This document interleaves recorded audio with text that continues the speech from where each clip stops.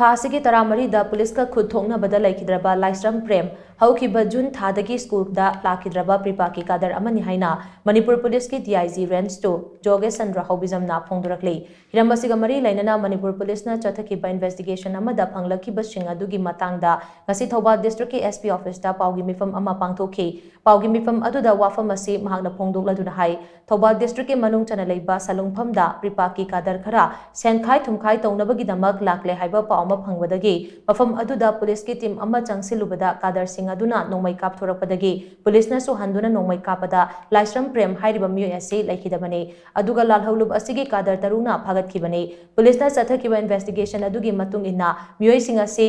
कक्चिंग खुनौदगे सलुंगफमदा निमित अदुदा लाखिबनी हाइबा खंगबा ngamlei case असिगी मतंगदा forensic की मथौ ताबा examination सिंग पांगथोपा लोइरे अमदि पारबा सिंगी statement सु लौरे पुलिसना case असिगा मरी लैनना मखा ताबा इन्वेस्टिगेशन चथरी पुलिसना मियामगी पुंसी अमसुंग लंथुम ngáknaba होनबा सिदा मियामदा पुलिस पु लान उहनबा होनबा मानबा एजिटेशन कया चथबा थेंगनरे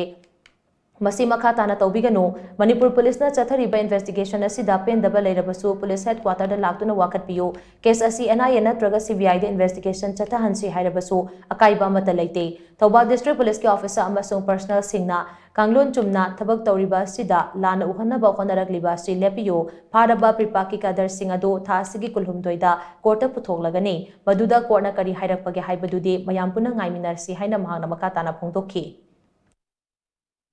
Salungfamda Hokiba Thodo Odu, the Pripaki Cadre Kara, Salungfam area, Torsan Tobugi, Lai have a power from the police team, Maham the Sangan Tanda, Laiba Cadre Singuna, we capture Putagi, but Policena, Italiat over the Hokiba Todoni, Uga, Ododa, Laishram Prem Kova, Lakidraba, Mokoedo, Kachin Kunoda, Leramaga, Sinkuno, Salungfam Tana Lapani, Muido, the forensic. Examination kaya ama tawdun lore fari gomi oi sing adugi interrogation statement tang investigation tawduna tang chathari pachi matang da lanna police tawba tawuk stage da investigation kaya ama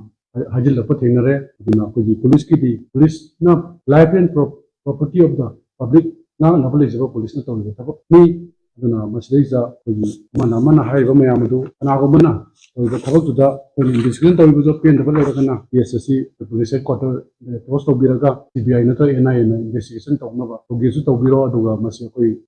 district police awalgi police personnel sing SP officer sing mayamna yamna koi niyom chumna koi thabak tawjaba aduga life and property of the public ki ngak lejari ba sing Obodita, Kerana, Magi, one of one of the Simson, Obigano, Aduga, I have Hari Batam